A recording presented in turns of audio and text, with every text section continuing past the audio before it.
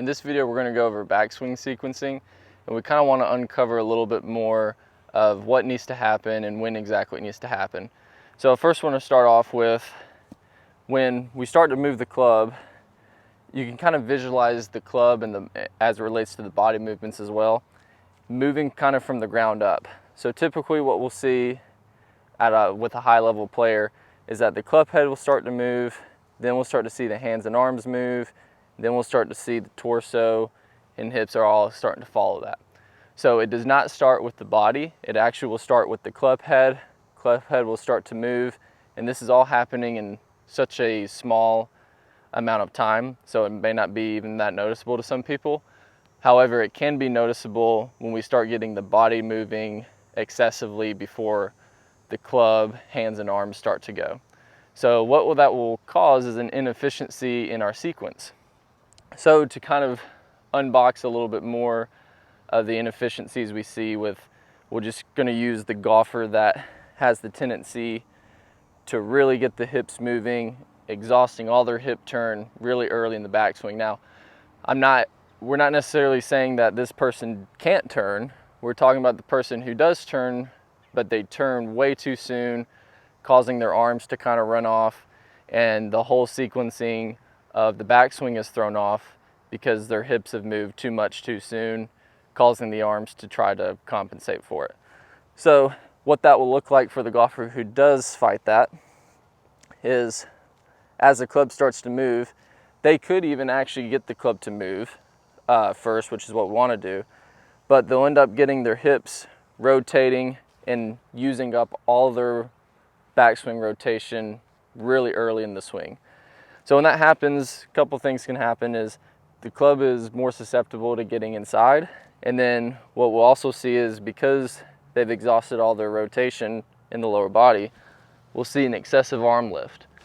And usually when we see that excessive arm lift, it can cause a number of things to kind of unfold from there, swinging over the top of it, and the overall rhythm and timing could be thrown off just because the golfer will turn their hips too much too soon, causing everything to get thrown off.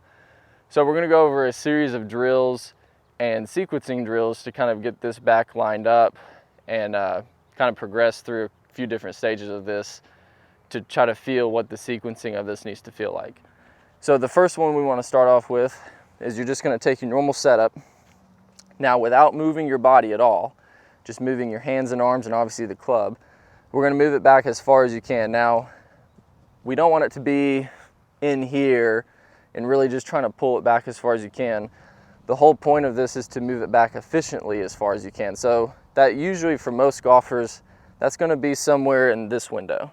So right now, I've not turned my body at all.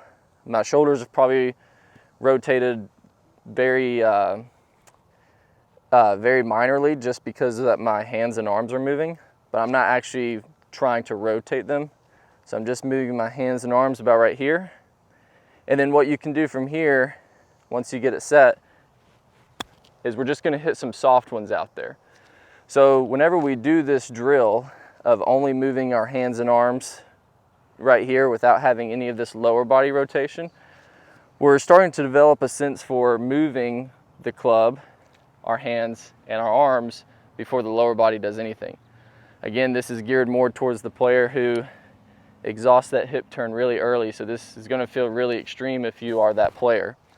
So again, just taking it to where right here in the takeaway, and then just swinging through. So obviously when we start adding some speed to this, that is not exactly what we want to happen in the golf swing. Full speed, we'll actually start to see, by the time the club is at that point, we'll start to see that the pelvis has rotated a little bit more. This is just a good way to exaggerate that movement and to stall out when the body starts to rotate. So once you've done a few of those, the next progression would be to do the same sequence. So get into your setup, move the arms as far as you can, so right over here in the takeaway, and then from there, you're actually going to complete your backswing and just go ahead and hit it from there. So takeaway,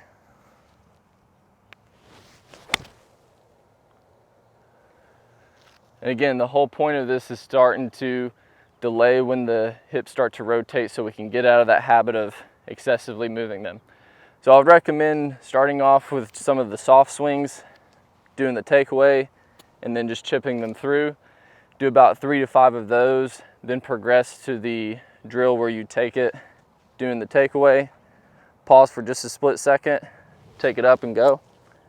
And then from there you can start to get a better feel for how the sequencing needs to happen in the backswing, and then you can obviously introduce another golf ball and try to do that full swing. So try out these drills, get the sequencing a little bit dialed in a little bit more early in the backswing so the rest of your swing can kind of fall into place much easier.